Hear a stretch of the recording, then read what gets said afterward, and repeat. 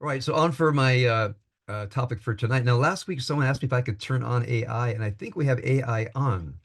Um, so I think there's something that I wasn't quite getting. Is there like if we turn it on, is there a running AI for you? Is that what I'm inferring? Okay.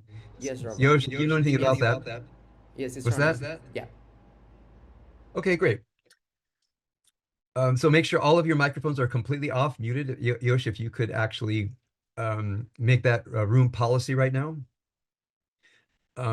We have to be very strict about it because my email might have incensed a few people who might come in to make trouble and bomb and so forth. So we have to make sure that we can silence people who are trying to disrupt our meeting. I'm not saying it's going to happen. I'm going to say it's the kind of topic that might bring people in.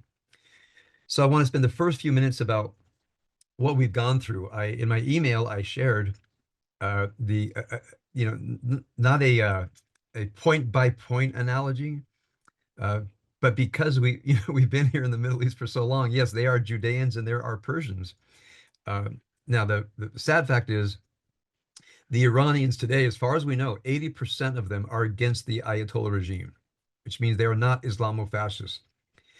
Um, so I don't want to make this sound like Jews against Persians or Israel against Iranians as much as it is against the Islamo-fascist regime.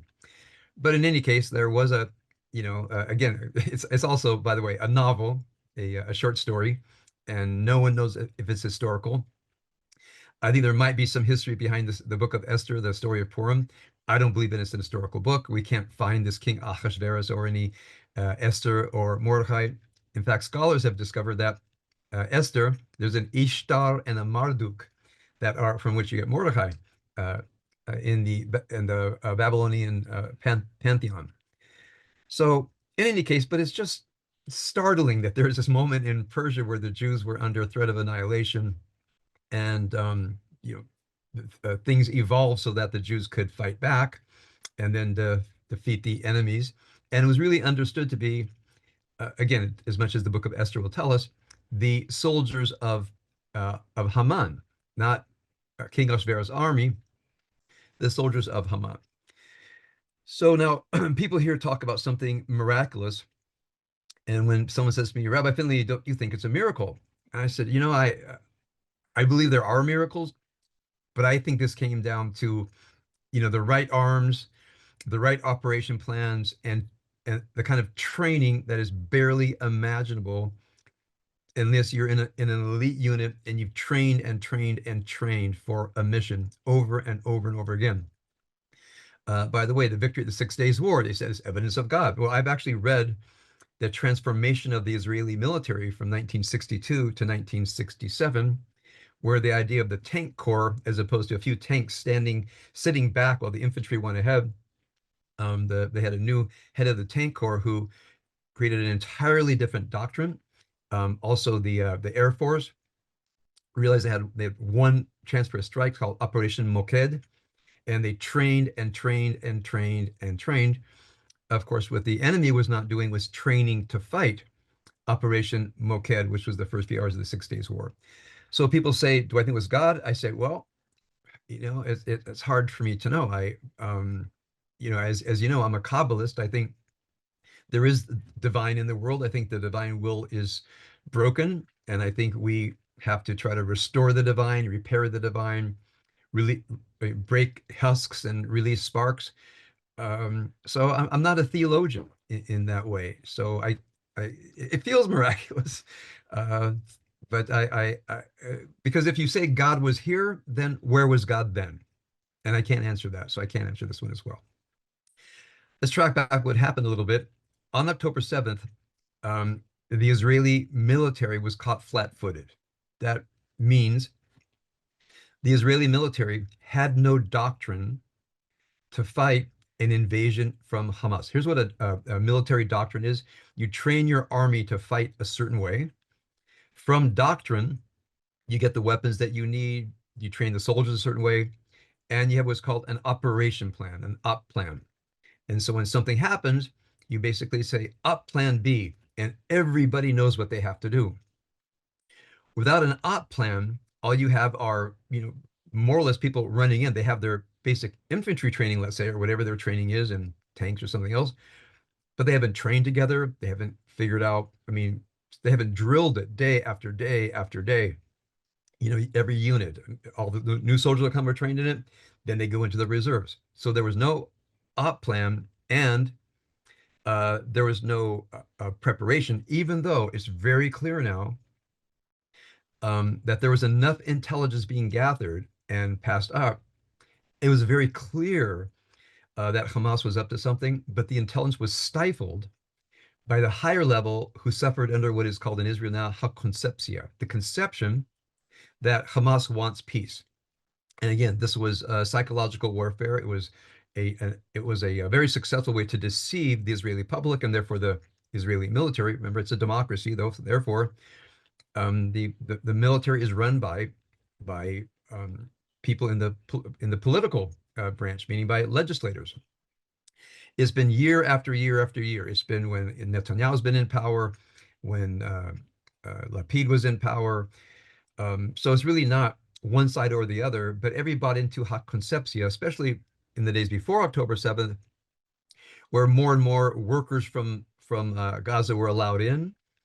The blockade was, remember, there was no embargo, it was a blockade. I'm sorry, there was no blockade, it was an interdiction.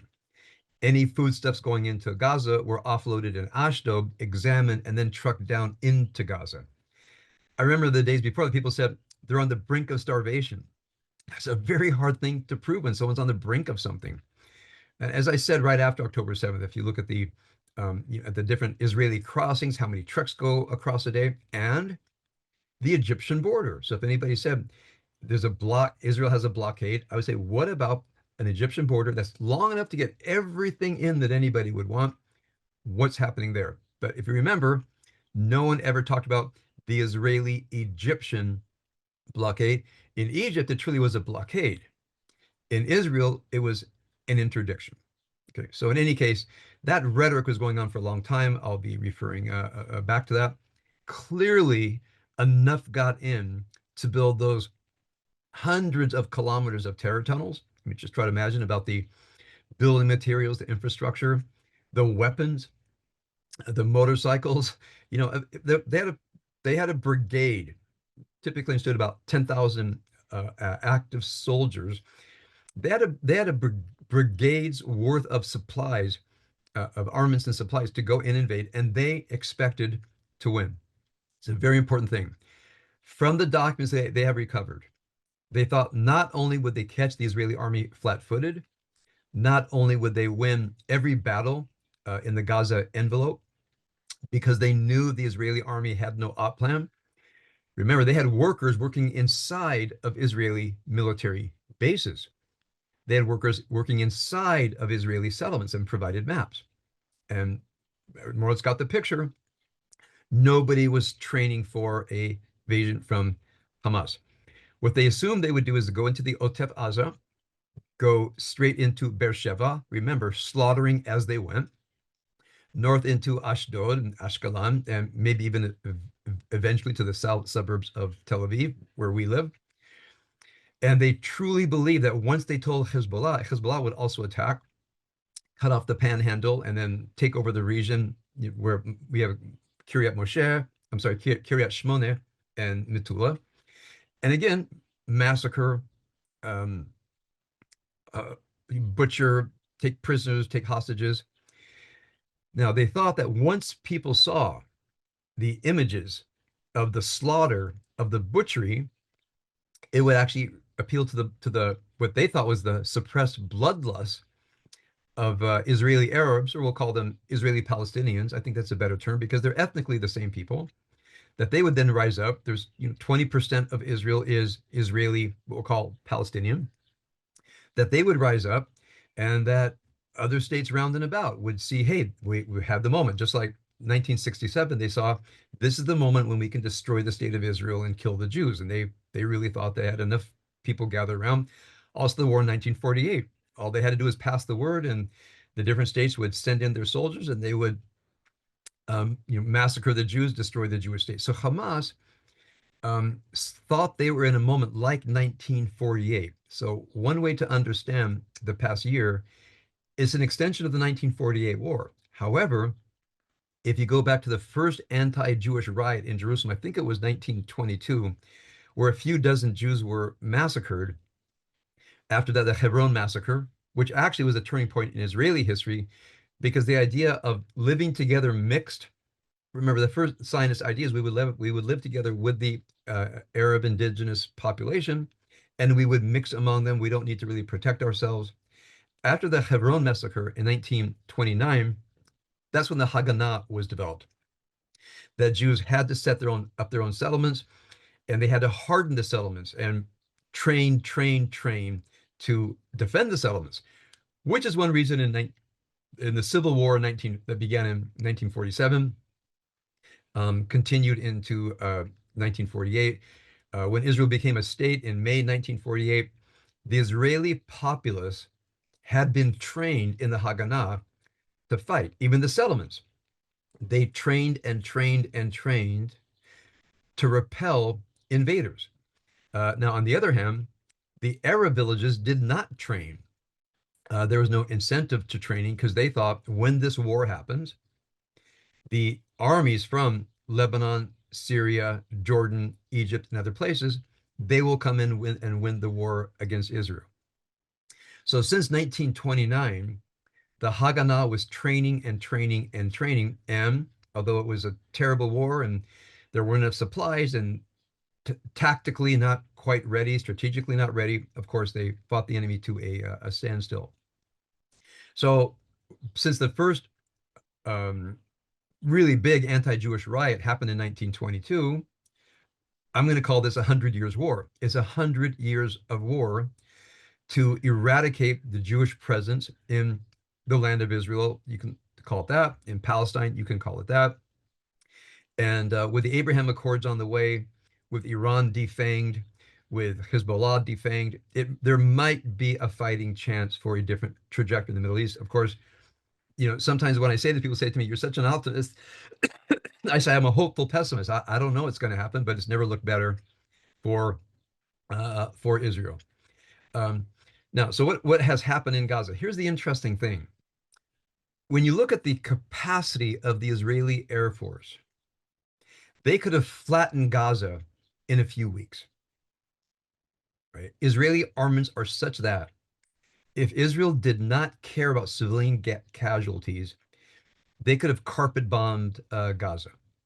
Secondly, the kind of regimes that will carpet bomb enemy civilians don't care about their own civilians. They would have said it's worth 200 hostages to wipe out Gaza. Why has the war taken so long? Because Israel, this is so contrary to what you're hearing out there, because Israel did not want to hurt Gaza civilians. So why do you have Gaza civilian casualties? Again, you don't know this unless you've really thought about it. Every one of those damaged buildings in Gaza had been defended by Hamas. If you look at the documentary evidence as you go in, every time they routed Hamas from a building, they went inside. They found apertures to terror tunnels. They found stockpiles of weapons. Then they had to go to the next house. What was this similar to? This was similar to the Allied invasion of Germany. Now, I'm a military historian, and I've watched many, many documentaries on the Allied invasion of Germany. And when they went into a German town, which the SS and dedicated diehard Wehrmacht soldiers were holding, if they tried to go down the middle of the street, from the windows, they would blow up the tanks and shoot the soldiers. And what they decided to do is actually shoot a tank shell through a wall and have the soldiers go in the wall and then spread throughout the building, and then do it the next building and the next building and the next building. So if you look up U.S. military tactics defending German villages in World War II, you will see these big holes in the first wall, and that they fought through German towns that did not want to surrender, house by house by house, hence house to house fighting. If the town raised a white flag, we went on.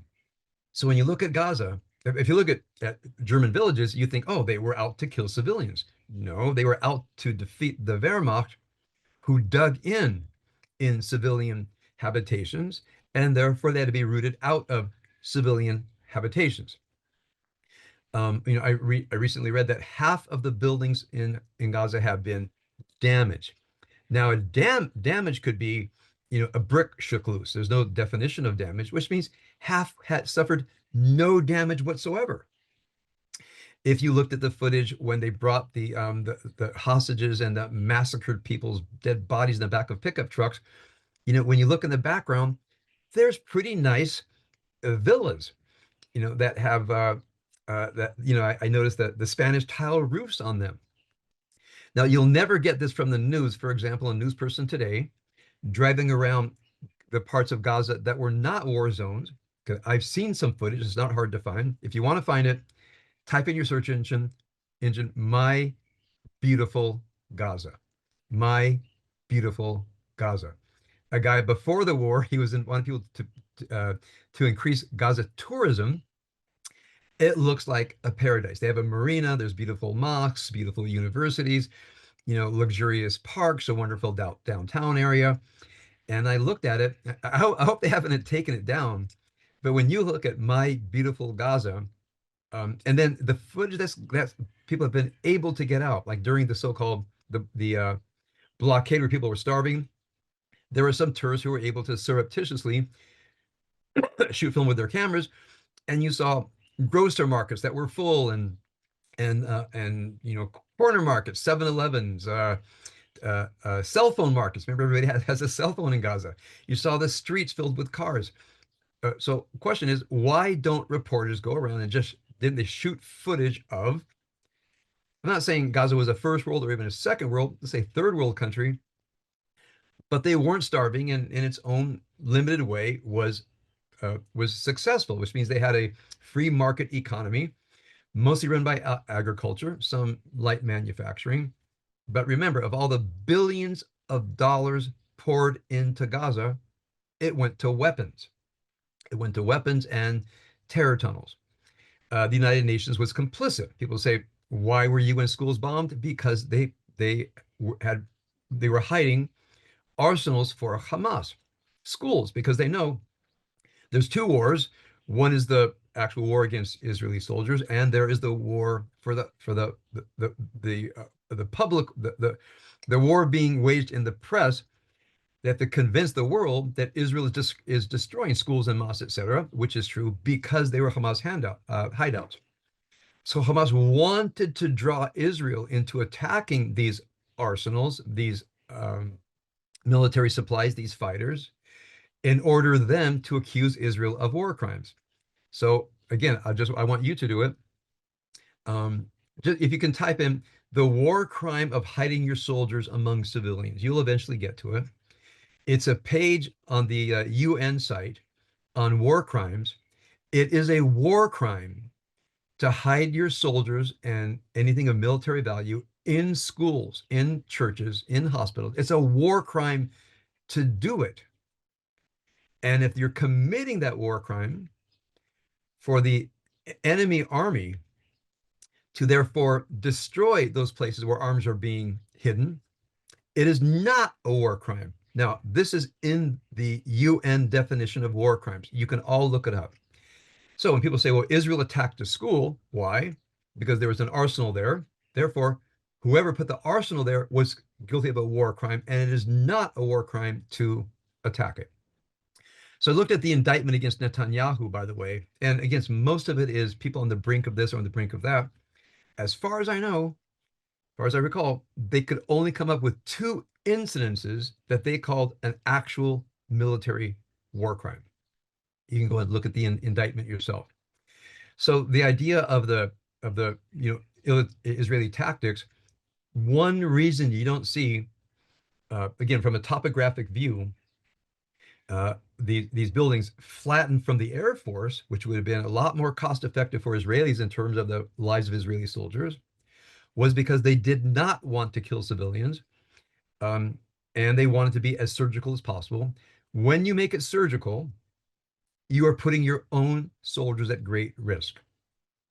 And Israel has suffered soldiers dying because they're fighting house to house in an urban setting. So that's why the war has gone so slowly because Israel is not using all its military might. They're mostly using soldiers, helicopters, tanks for close combat in urban environment. Uh, and again, that's a very difficult fight to win. When you look at Israeli tactics, I mean, no one has quite figured it out how to defeat. When you have a hard corps of a few thousand soldiers in and we'll say militias, no one has tactically figured it out. When I was in the military, even though I worked in the legal section, I took a class in anti-guerrilla warfare, and I was kind of depressed by the end of the course. There's no way, actually. Um, what it means for a guerrilla army to surrender is, I mean, there is a way. They talked about it in this class that I took, but it's very difficult. Now, at the same time, remember, Hezbollah was bombing from the north. The Israeli government decided not to fight Hezbollah at the same time because I think they realized the army wasn't quite up to it. They couldn't get into the same fighting in the north as in the south because the Israeli army is actually small, and you can't keep the reservists in combat forever. Even the South was really sucking the Israeli ability to keep uh, reserve soldiers in the field. So I think their idea was once Hamas is relatively contained, we can turn soldiers to the north. By the way, after October 7th, there's an entire division headed to the north to protect the Israel panhandle just in case. I mean, I know some soldiers who sat there, including some friends of our daughters. By the way, one friend of our daughters was had been a sniper in Gaza, was moved up there, and I said, so, within the bounds of Israeli security, I said, what are you doing? There's no war on. He says, I looked through my telescope all day. I looked through my telescope all day. What they were doing is they were surrounding, uh, uh, as far as they could see, was looking where the entrances and exits of Hezbollah tunnels were. Then, of course, the beeper incident, which somebody called a war crime, I think rather ludicrously, yes, killed and maimed a lot of people who had dedicated themselves to destroying Israel. It cannot be overstated what that did to Hezbollah morale. Number one, that they realized there were things going on that they could not defend themselves against. Um, there was the coincidence of the um, of the I don't even know exactly what to call it, the military force that invaded Syria. I think because Hezbollah was somewhat weak, and because Hezbollah was supposed to be a bulwark supporting the military of of Assad, they collapsed. They decided not to fight. And in Syria, there's profound hatred of Iranians, profound hatred of Hezbollah. And once they lost Syria, Hezbollah no longer had their supply routes. Now, truly nobody saw this coming, that Syria would collapse and the new regime with, well, not exactly a friend of Israel, as far as we can tell. Again, I'm suspicious, is not an enemy of Israel. So think about it for a moment. For Israel's, you know, political military situation, there was the threat on the southern border, the northern border with Hezbollah, the north eastern border with Syria, and of course on the far eastern was the missiles of Iran. And these different fronts were now relatively in control. There has been tremendous Iranian infiltration into the West Bank, very well-armed terror cells. Hamas called on them to rise up and attack the Israeli military, massacre the Jews. That didn't happen. So the timing was right for finally Israel dealing with Iran. I saw an interview of Prime Minister Netanyahu, and they said, why didn't you attack before?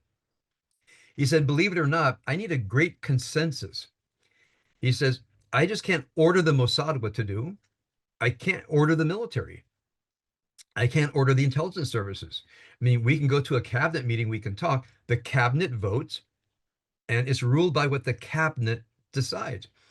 And he said, I've never been able to get a consensus, and we're not going to go to war without the opposition supporting us. You have what's called the coalition and the opposition.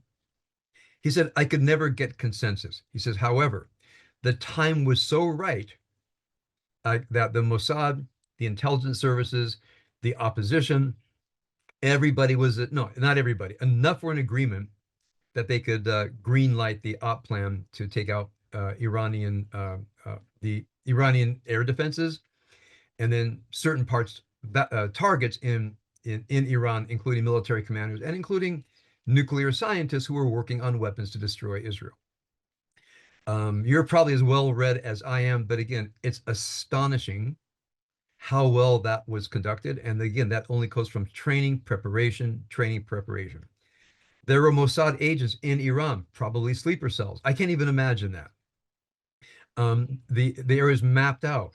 They were able to shoot missiles into an apartment building on the exact right floor, almost through the window, because they knew an Iranian general lived there. So this has been planned for years and years and years. An intelligence operation that we can't even imagine. And of course, it worked. Um, I've been looking at the news. I didn't know, but Iran actually won that war. Did you guys all know that? Khamenei said that they won the war and cowed the Americans and the Israelis into tapping out and submitting. Of course, that's what they feed to their people. And they agreed to a ceasefire. And Israel said, most of our mission has been accomplished. With the bunker buster bombs of the United States, were they able to penetrate down into these nuclear sites? Some say it was not effective. Some say it was. Israel has said, we have Mossad agents at the site. They've actually seen inside. Right, they're destroyed. I mean, they don't work. It will take years for them to get it back. People said, what are you going to do? What are you going to do then? This is not what we do then. It's what we're doing now. We haven't stopped. We're not going to now say, clap our hands, close our eyes, have a drink, and walk away. That we realize they are still a threat. So that's where we are today. So I want to say, as an Israeli civilian, it's I don't want to exaggerate it here. All 10 million of us here are going to our Mamad Merchav Mugan, meaning a reinforced room in our apartment. Other people to bomb shelters. It's very frightening because although only 5 to 10% of these missiles are getting through, you never know, when they've aimed it at your building. I mean, if you look what happened in Petah Tikva, Ramat Gan, other places, there were areas that were targeted. The hospital in Beersheba, which is clearly a war crime, by the world is silence. If hospital attacks in Gaza, the whole world's in an uproar. Destroy an Israeli hospital, nothing. That fits the narrative I'm going to now share with you. So in this great sigh of relief, I think Israelis are living for the first time since Iran has armed itself with ballistic missiles and working on a nuclear program, without feeling that we're under the threat of a ballistic missile attack, missiles that eventually would have become nuclear tipped, perhaps even eventually a nuclear bomb itself, but probably more nuclear tipped. And I remember, growing up in California, I remember, training for the nuclear attack, getting under your desk, things like that, duck and cover. Y'all remember that? Training for that. And when the Soviet Union fell, and the United States and Russia were saying, "Hey, let's stop this craziness. We're not going to attack each other." To wake up one day in 1989, 1990, and say, "What? Wait, we don't have to duck and cover anymore." If you were alive, then you know what I mean. Where he said, "It's over. We don't have to train for a nuclear attack." Now, it wasn't the end of history, as some people thought. It was an end of a segment of history. Okay, that's behind it. Us, we don't know what's next. But other than, it's not like it was before. So very briefly, the future. The Abraham Accords, it looks, can proceed. We don't know who's going to sign on. Saudi Arabia won't without a Palestinian state. I don't think any of these states care about Palestinians. I think Saudi Arabia cares about its street, its citizens, and therefore, you can participate in Abraham Accords without fully recognizing Israel and joining in. There's what you call de jure recognition and de facto. And I think Saudi Arabia just wants peace in the Middle East create that economic corridor from India to North Africa and move on with, creating prosperity in the Middle East for its citizens. Everybody here has an interest in no more war and creating prosperity. So I think the things that are on the agenda now are uh, the Abraham Accords and creating this economic corridor from India to North Africa. All right, so that's my presentation on the situation. Does anybody have any particular question? Yosh, you can put us back in gallery view. Let me see if anybody has a question, and you raise your hand, and we'll make sure you can get unmuted. I don't think there's anything too controversial in what I just said, but I'm happy to take a question if there is one. All right. Now let me move on to a more disturbing topic, and let me now share with you my kind of the religious theological background. It says in the Mishnah in Pirkei Avot, one is upon three things the world the world stands on three things. Al HaTorah, Al Avodah, Al Gemilut Chasadim, on Torah, on devotion and acts of loving kindness in Pirkei Avot chapter 1. In Pirkei Avot, at the end of chapter 1, it says Al Shlosha Devarim Haolam Kayam. The world is sustained through three things: Emet, Din, V'Shalom. If I have the text right, some pursuit of the truth. Din is an interesting word because it can mean law, it can mean justice, it can also mean rationally trying to find the law, both the moral law and the halakhic law, all of these ending in peace. So part of what shapes our consciousness, and again, I think this goes for every human being, the pursuit of truth, the pursuit of rational thinking leading to justice and moral solutions to our problems, and all of this leading to peace. So sometimes when people say to me, what political party do I belong to? I say Pirkei Avot 117 or 118, depending on which text you have, which means I want political parties that truly are devoted to truth, to justice, and peace. And they all have their own versions of that. So what we have now is a fight for truth, justice, and peace. That is the fight now. So what is in the way of truth, justice, and peace? It's a particular way of thinking that is called liberationism. Liberationism. In fact, I found a decent Wikipedia page. Hold on a second.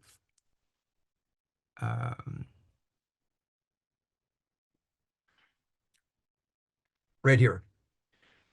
Liberation as a concept draws from various intellectual and social movements, including liberation theology, post-colonialism, and anarcho-communism, emphasize the liberation of marginalized groups and the dismantling of oppressive structures, often through political, social, and I'll say military action, especially terrorism.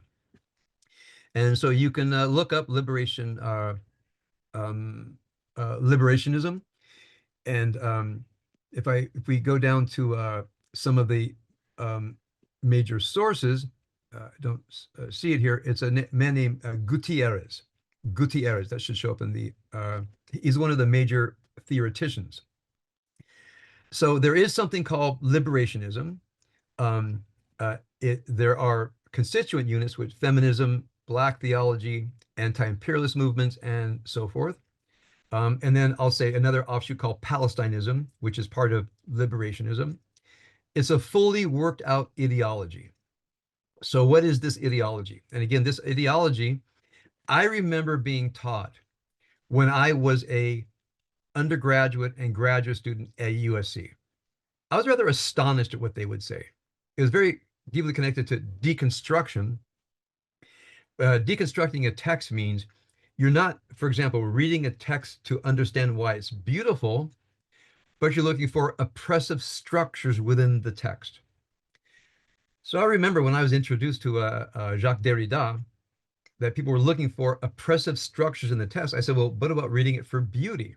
Well, reading it for beauty is a white oppressive strategy to hide oppressive structures in any text because the texts are written by the white power elite, and therefore you can only trust texts of the marginalized because they are inherently interested in exposing the power structure than the text. And I thought to myself, what a horrible way to read.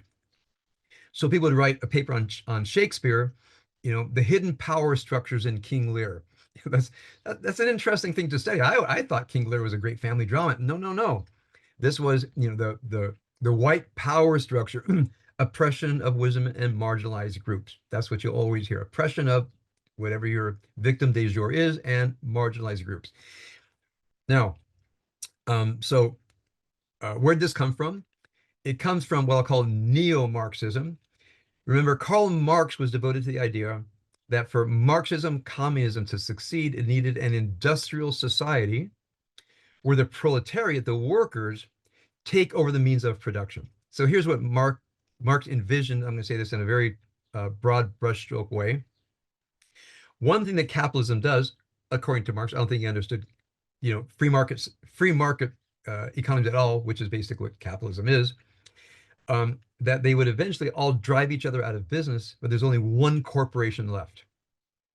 And therefore, all workers are working for one corporation. And you'll sometimes see this is that all corporations, Domino's Pizza, Ben and Jerry's, Apple, IBM, right, Target, Walmart, they're all the one corporation. The workers are all oppressed. And there's this idea that the workers will show up to work one day and just take over management. They'll just walk into management offices, which is the sit in, the takeover. Remember those days in the 60s? We're going to go into the dean's office and occupy the dean's office. What they were supposed to do is stay and run the university. Of course, they had no interest in running the university. They just want to have a sit-in. By the way, there's a strong theatrical dimension in liberationism. Throw papers around, intimidate the dean, and walk out. So the idea was the proletariat taking over the means of production, which means overthrowing the managerial class, and that there would be a dictatorship of the proletariat. It's a Marxian term, where now the proletariat, meaning the former workers on the shop floor, would now be in the upstairs offices, and they would run the factory. They would take over the state, so there would be a proletariat dictatorship everywhere. And once the true interest of the workers were being met, then this would all wither away, and there would be the withering away of the state. And if you look at the utopian dimensions of Marxism, he's a real humanist. It's kind of beautiful, like no one telling you what to do. You get up and say, what needs to be done today? Well, we got to repair the dam, or you can repair the chicken coop, or work on the car. Work on the car. So there was a kibbutz founded in Israel, I remember, where it was one of these ideas where it's called Sadran Avodah, the worker, the person who organizes what has to be done, and every person goes where they're assigned. This one was designed of no Sadran Avodah, no task work organizer. Everybody gets up in the morning and does whatever they want to do. Okay? So this is the Marxist withering away of the state. Nobody in charge. If we all know what the work is and what we have to do, we'll all just naturally go to work. Because you can imagine the kibbutz did not survive. Okay? And there's a reason that human beings tend to need some kind of organizational structure with which some people are more happy, some are less happy. But if you just leave human beings to whatever they feel like doing, it's not even work in kindergarten. I don't think it works anywhere. Your feelings, don't accord with any kind of task you want to finish. All right, so that's Marxism in a nutshell. So and therefore an inherent idea in Marxism is there's an oppressive class and a workers' class, and something called class consciousness. Now, class consciousness means that the way you see the world is based on the class in which you find yourself. So the ruling class see the world through the lens of I'm in charge. These other people under me don't have rights. They're not fully rights endowed human beings. The proletariat class which is aware of the victimization. So on one hand, Marx functions as a social scientist. I think it's true that people see things by their roles in society. That's probably very true. But then he has a value judgment that the worldview of the workers is of value. The worldview of the ruling class, of the bourgeoisie, has no value. So now not only do you have the victim oppressor, but the oppressor is understood basically to be having no moral right, because of their place in class, and that the job of the now the activists, remember, there's the ruling class, the proletariat. There's this third group, I'm going to call it the liberationist priesthood, whose job it is to organize the workers and to awaken the ruling class, into what's really happening, so then they will identify with the proletariat. Okay, so this is understood to be the defection of the elites, that the elites will wake up and say, they will have their consciousness raised. If anybody lived back in the 60s and 70s, you probably remember people wanting to raise your consciousness. It's kind of an evangelical movement. So some people, arrive at the Bible. I want to, spread the good news. You need to know you're a sinner, accept Jesus Christ as your Lord and Savior. Well, this work to raise consciousness and make and awaken people had the same kind of evangelical fervor. In fact, once you are in this liberationism, now you see it becomes a religion. If you're not doing that, you're not part of the religion. So if you sit there and say, yeah, it's very possible there's ruling class, other class. Anyway, what's for dinner tonight? Well, then you are not an activist in the religion. It's doubtful whether you have really had your consciousness raised, because if your consciousness were raised, if you really were awake, you would go out and do something. So the liberation had the idea of victims, oppressors, and what I'm going to call an intellectual elite standing on the outside to organize the workers. Typically, people have never really had a manual job in their life, but they know what workers are, and their job is to cause a continuous defection of the elites. Now, I had to read this when I was in my doctoral program. It was a degree called Religion Dash Social Ethics, and we studied a lot of social theory. I read at least 1,000 pages of the Marxist ideology. I read Horkheimer, you can look that up. Adorno, you can look it up. These are the Germans who were like the inheritors of Marx, and their biggest critique was capitalism. So remember, I don't think they thought free markets were inherently rigged, that the system was rigged, and they talked with a great compassion and concern for working consumers, that they were being trained by companies to consume, that did not care about their fulfillment as human beings. So as I was reading this stuff, I thought to myself, all right, I'm pretty happy that there are companies creating consumer goods that I like. I get to choose. I don't feel like I'm brainwashed. If someone says, I don't know, here's a toothbrush, here's toothpaste, here's a better car, I didn't feel I was being manipulated. But see, from this neo-Marxist liberation idea, we have to be liberated because we don't know we're being controlled. We don't know that we're not free. We don't know that our minds are being controlled by corporations, Ben and Jerry's, Domino, Apple, that they tell us what our needs are so that we can keep ourselves oppressed by engaging in a life of commodities. Commodities enslave us. So when I was reading these people, they're impossibly turgid and thick. I just wanted to say, like, what are you actually trying to say? So I had this experience in graduate school to say to myself, this is the king with no clothes. They're not saying anything. They don't know anything that they're talking about. It's all theory. I don't think they've ever gone down to working people and said, what do you guys want? I think they would say, a better stove. I think we want better food. We want, better bedclothes. Say, well, you understand the people who make, clothes and stoves, they're oppressing you. So I don't, I say, I don't think so. I just want a better stove. I'll go shopping for a stove. Now, why do stoves get better and cheaper? Because of the free market. People have an incentive to produce the best product for the lowest price. It's called the competition in the free market. So I believe in the free market. I'm more in that, the Adam Smith dimension, that there should be a regulated free market where people are competing for consumer dollars, which is in a way of our voting for what the best products are. I think most of you are the same way, and I don't know if you all feel oppressed and enslaved to the free market. Oh, there are some people, they seem to be enslaved to it, but it's not that hard to become free once you decide yourself to live on a budget, and you become an adult and you realize you don't have endless resources. You have to watch what you buy and not fill your house with junk from China. But from their perspective, it's an enslavement. If there were an enslavement, it's an enslavement to cheap Chinese goods. I'll put that out there. Now, so remember, there's always victim, oppressor, victim, and then it goes to colonialism, which was a specific focus of this neo or new Marxism, which is to get rid of colonial rule. And that's something I have sympathy for. So it'd be the French in Indochina, the French in Algeria. In China, there was really a kind of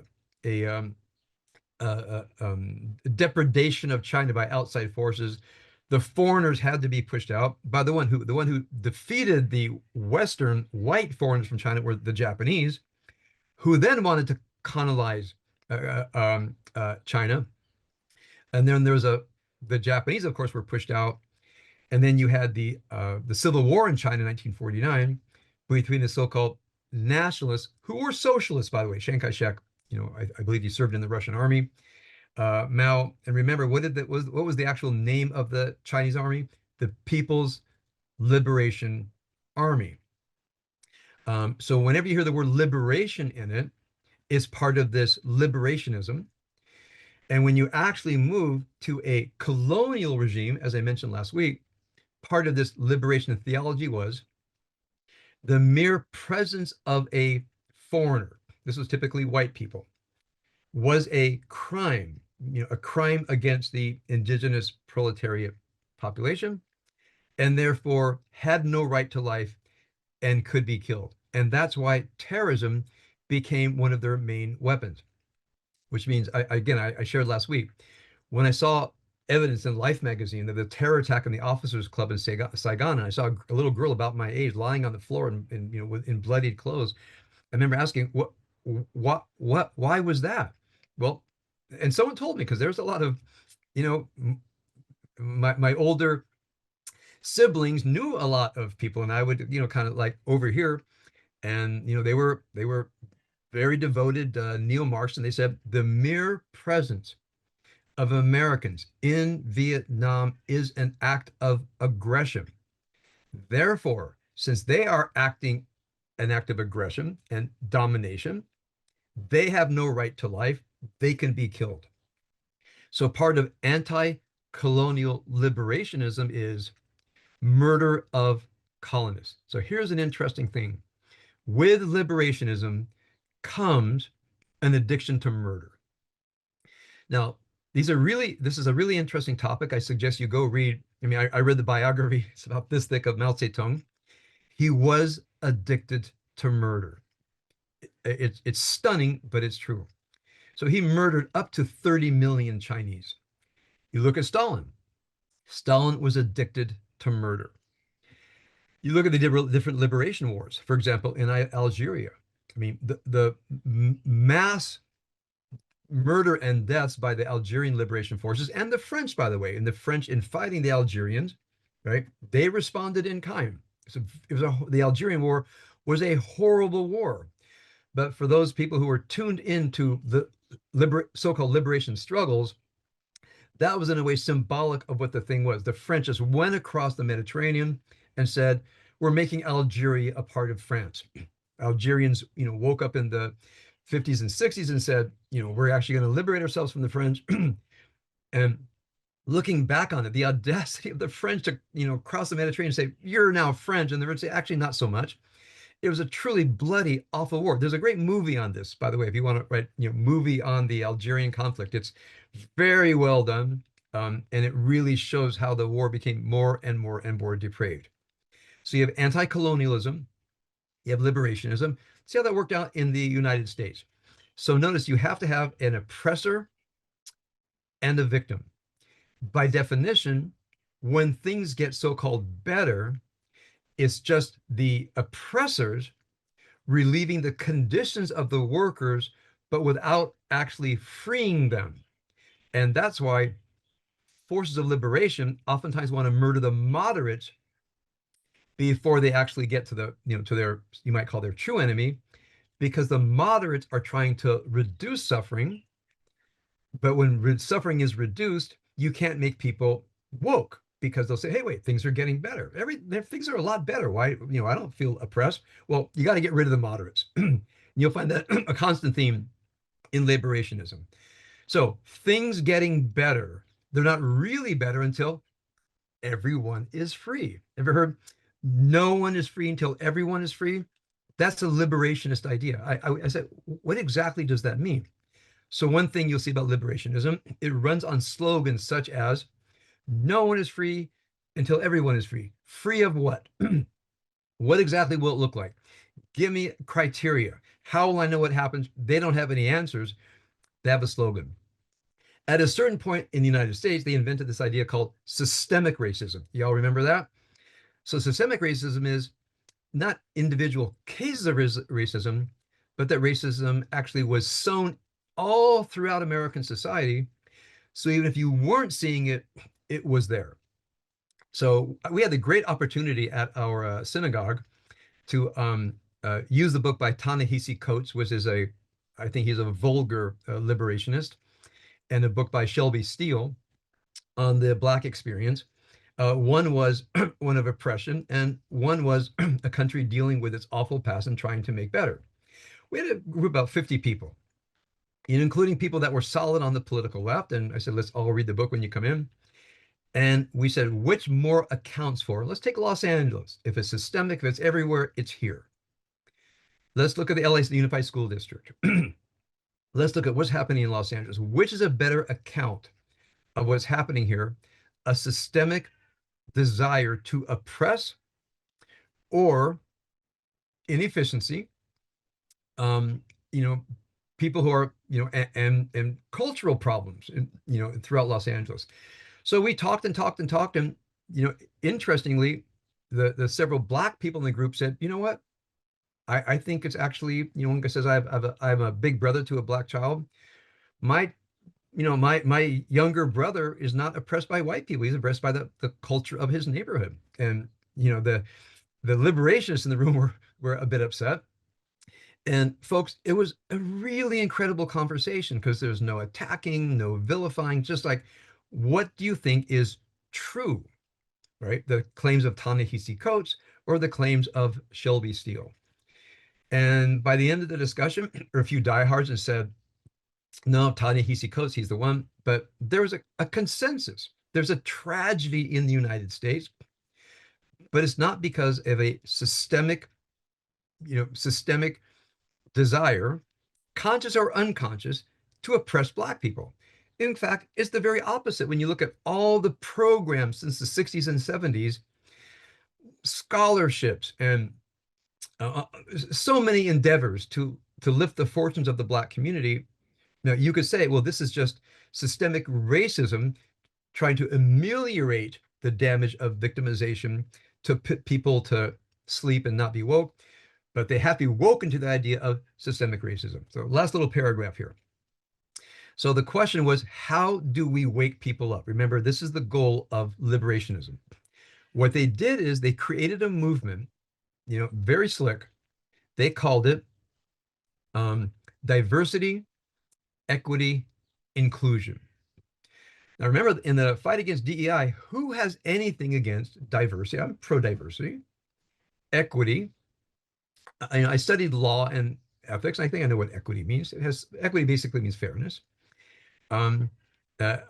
Diversity, equity, and inclusion. Yeah, we should be an inclusive society. So it sounds good. Well, this is a constant gimmick of liberationism, is to change language. Does anybody know what the official title of North Korea is? The People's Democratic Republic of Korea, PDRK. Okay, look in your dictionary, Democratic Republic, but they call it the People's Democratic Republic of Korea, the PDRK. So they take words that have a kind of a value to them. They create organizations under these words, really as a surreptitious way to say to yourself, well, that sounds good. Let me see what it's about. When you went into DEI, diversity meant fewer whites, especially fewer whites men, and whatever that were there, they don't get to talk anymore. Diversity meant the privileging of the voices of marginal people to create diversity. Now, if you were a black conservative, your voice was not heard. Right after October 7th, when I began to expose this, we had some Persian Jews who went into the local elementary school where there was a DEI office, and they say, wait a minute, I'm a person of color. I'm from Persia. I'd like to speak. And they say, you are not a recognized oppressed person. If you are a Muslim Persian, you're oppressed, but not a Jewish Persian. They say, wait a minute, we were really oppressed there. We had one member of our congregation who was tortured. They said, we were truly oppressed. They could not make headway until they went to the school board, and the school board who thought, yeah, DEI, we're kind of paying our debts to white guilt. And they looked at and said, it's not diversity of viewpoints, it's exclusion of viewpoints that are not precisely theirs. What does equity mean? Not fairness, but creating restorative justice. Since white people are more often cited in scholarly journals than marginalized people, universities, journals pass laws that said X number of citations have to be of a marginalized scientist. I mean, these were rules. If you submitted a paper, you had to show in your sources that you cited a given number of marginalized people.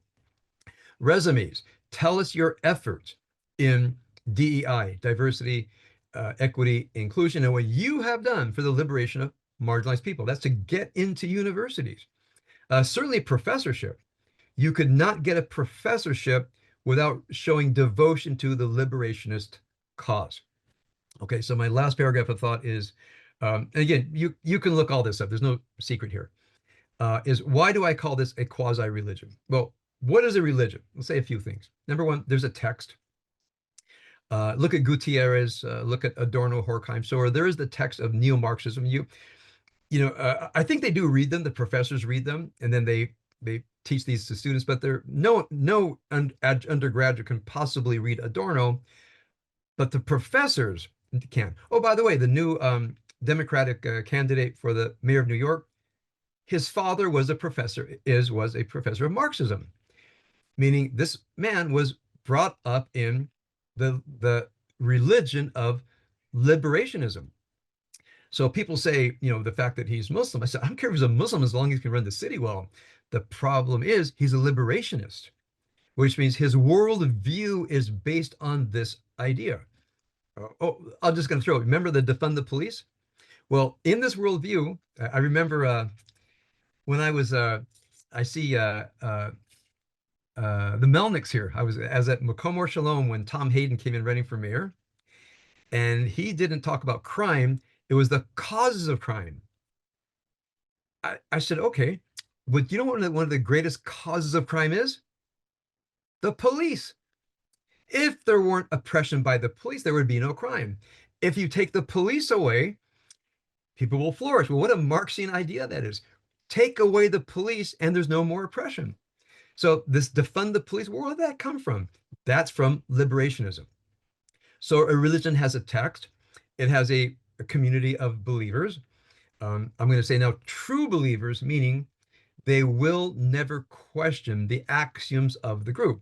So the text, the believers, say the axioms, some time of dream of the future or personal transformation, and what we're going to call rituals and rites. That's enough for now. So you have a text, authorized interpreters of the text, the rabbis, the priests, the university professors. You have a vision for the future is eradicate colonialism, racism, etc. And then you have so-called church. What is the church of liberationism? The church of liberationism is the protest. Now, what happens at a protest? A protest is like an evangelical revival, like a camp revival. You get to scream, you get to shout, you get to be transgressive, close streets, bully people. And by the way, bullying people is a kind of a proxy for overthrowing the regime, which is inherently violent. If the protests don't become violent, they're actually not fulfilling part of the liberationist need, not just to fight metaphorically, but to actually fight, which is why they have to pick fights with the police. Why at UCLA they had to not let Jewish students go about their way. There wasn't just a Jewish student. The Jewish student was as it were, um, a representative of the oppressive regime. So just by blocking the sidewalk and not letting Jewish students by was a way to fight oppression. So what's been happening is you have now this strange marriage of Islamofascism. Why Islamo? Because there is a dimension of Islam that does not believe in democracy. It believes in fascism, but connected to a religious movement. In liberationism, which always needs a victim. There has to be a victim. There has to be an oppressor. Now, from what I've discovered, they don't really care about the victim. Remember Black Lives Matter, overthrow the system? People have done studies. Of the millions of dollars, millions and millions of dollars that went to Black Lives Matter, how much was actually funneled into the Black community for amelioration? From what I can detect, nothing. Nothing got to the Black community. Is there anything in what I'll call liberationism, the Church of Palestine? Are they doing anything to increase the quality of lives in the West Bank, for example? Nothing that I can possibly detect. What they have to do, by the way, are they going to Gaza and volunteering? Of course not. Again, a few might be, but you see, when you look at the protests are about Israel. It's not. I remember I would read pro-Palestinian protests. I said it's not pro-Palestinian. It's anti-Israel. Now, journalists don't understand this. They don't understand the protests are almost always about Israel, not about improving the lot of Palestinians. I think you all know this. And therefore, they have to say things like Palestine free from a river to the sea. Now, the original Arabic version is Palestine Arab. They have to say free because it's a liberation movement. So people say, I see people go to college campuses, which sea, which river? They don't know, and they make fun of them because it's a slogan. These liberationist movements operate on slogans, and it has to include the word free. So I asked one person, free from what? And he said, apartheid. I said, let's talk about that. You're saying Israel's apartheid, and I would give the mountain of evidence that Israel is not apartheid. He says, well, what about the West Bank?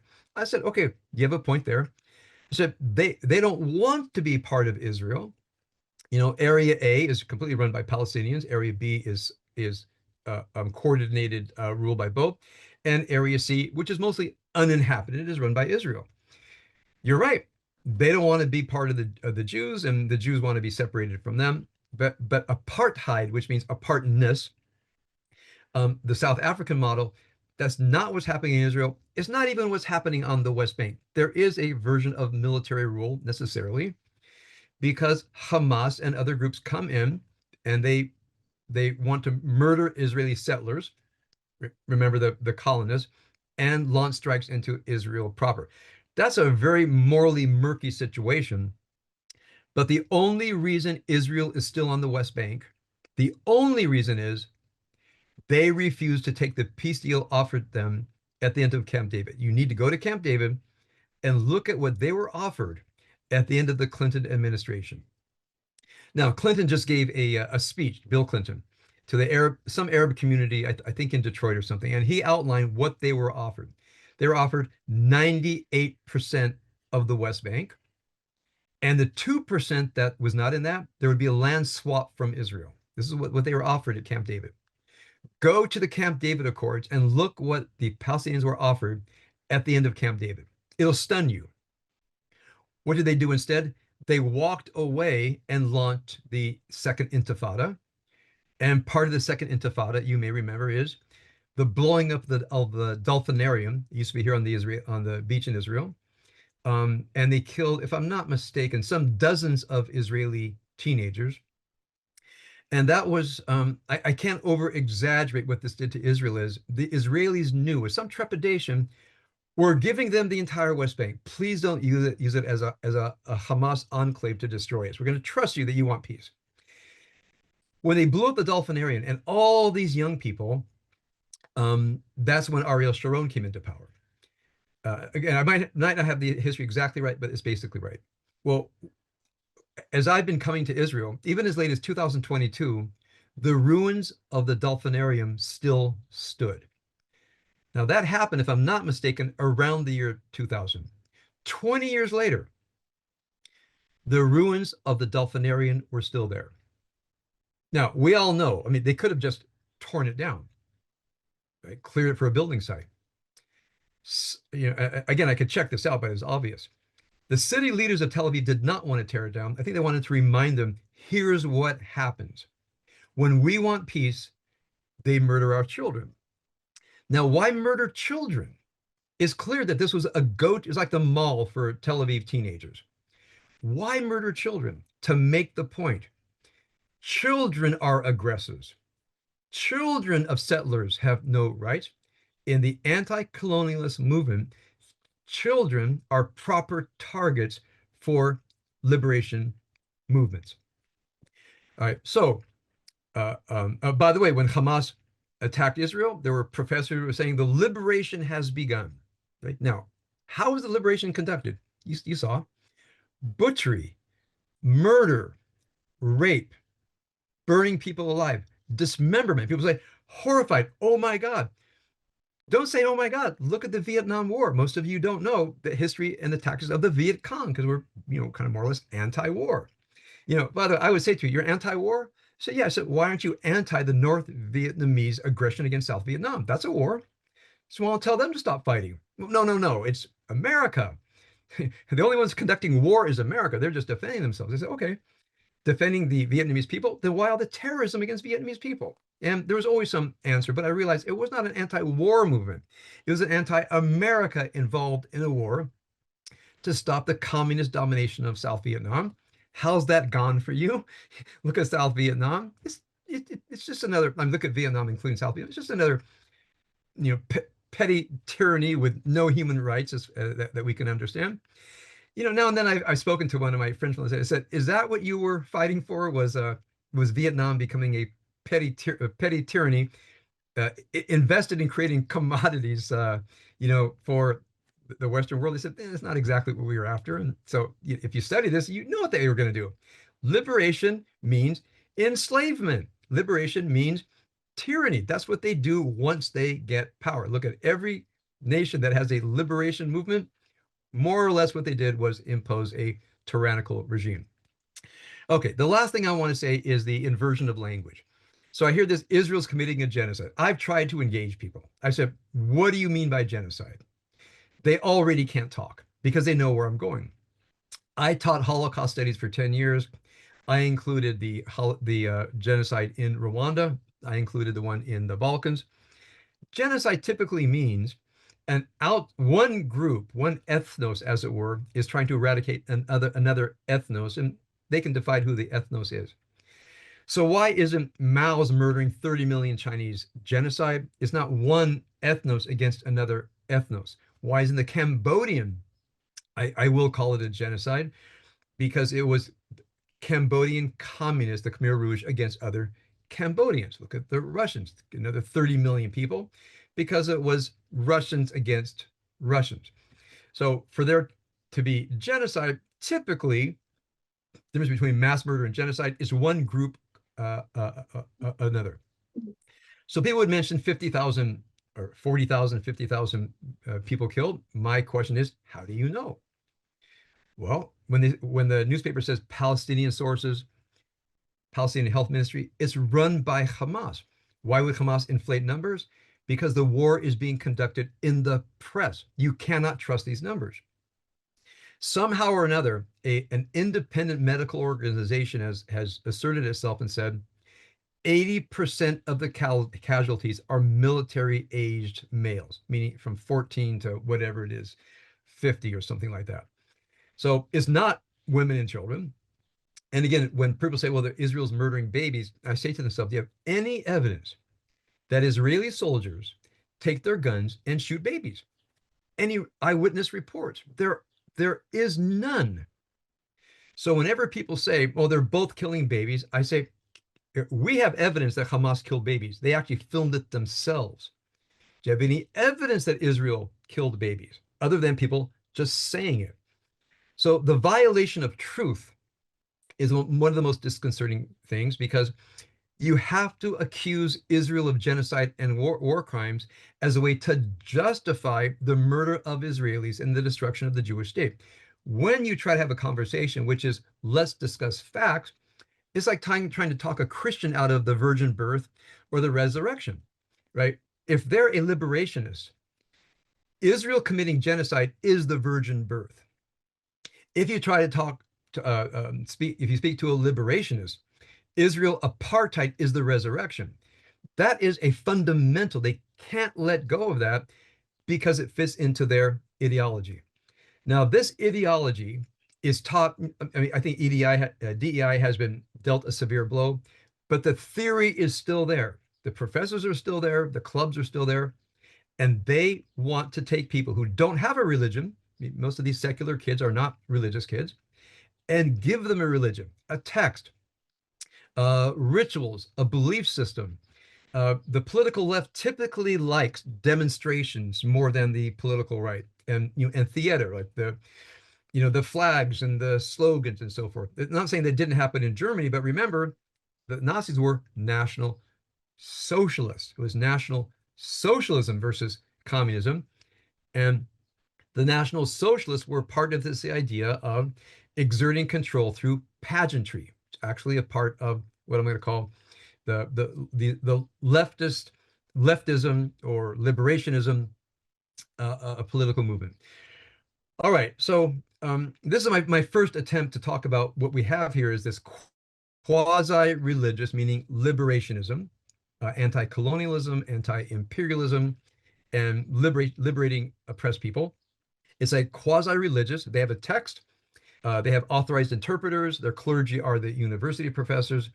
They have religious activities, which are protests, fighting police, and picking on Jews, excluding Jews. They have cells everywhere. They take over libraries. They take over discussion groups. They take over nonprofit organizations. This all and so when they get in, what do they have to do?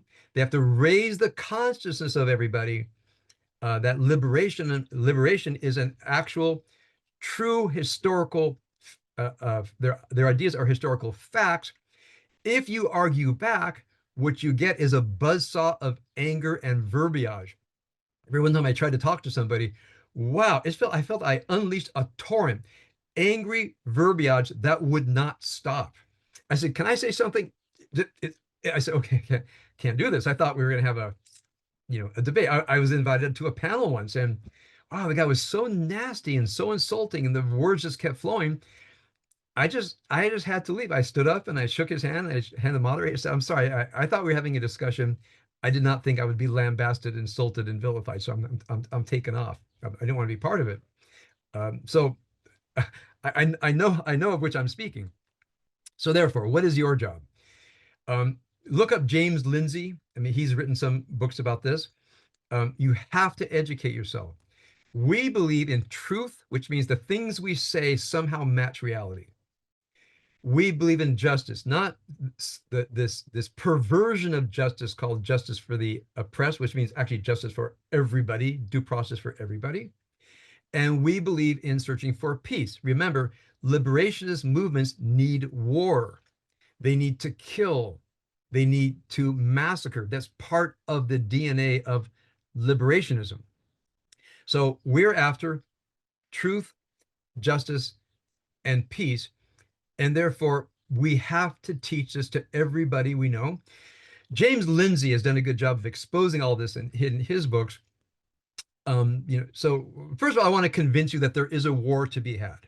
There is a war to be had in American society. It's not everywhere. It's mostly in centers of intellectual elites and universities, but it's still important because they've taken over, this DEI, many of our taxpayer-funded programs in the universities, especially social sciences, etc. Typically not engineering.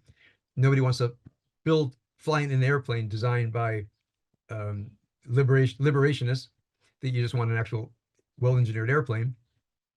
I might be overstating how they are, but when I've talked to families with kids went off to college, even in small colleges, they've taken over different faculties.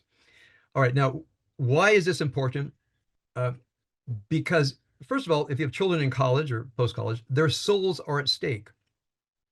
This is a quasi-religion. It's a death cult. So if a religion creates some connection to the transcendent, some means of personal transformation, some view of history that includes all people. Remember, when I ask myself, what do they want? What does the liberationists want transformed? Right? It only goes as far as getting rid of oppression. Is there a personal means of transformation? Is there a teaching on character building? Are there teachings on kindness? My thing, productive interpersonal communication. All of that is ignored. It's only directed toward fighting evil, which is the oppressor, which is in Israel itself, and then other designated oppressor groups, especially white people, especially white males.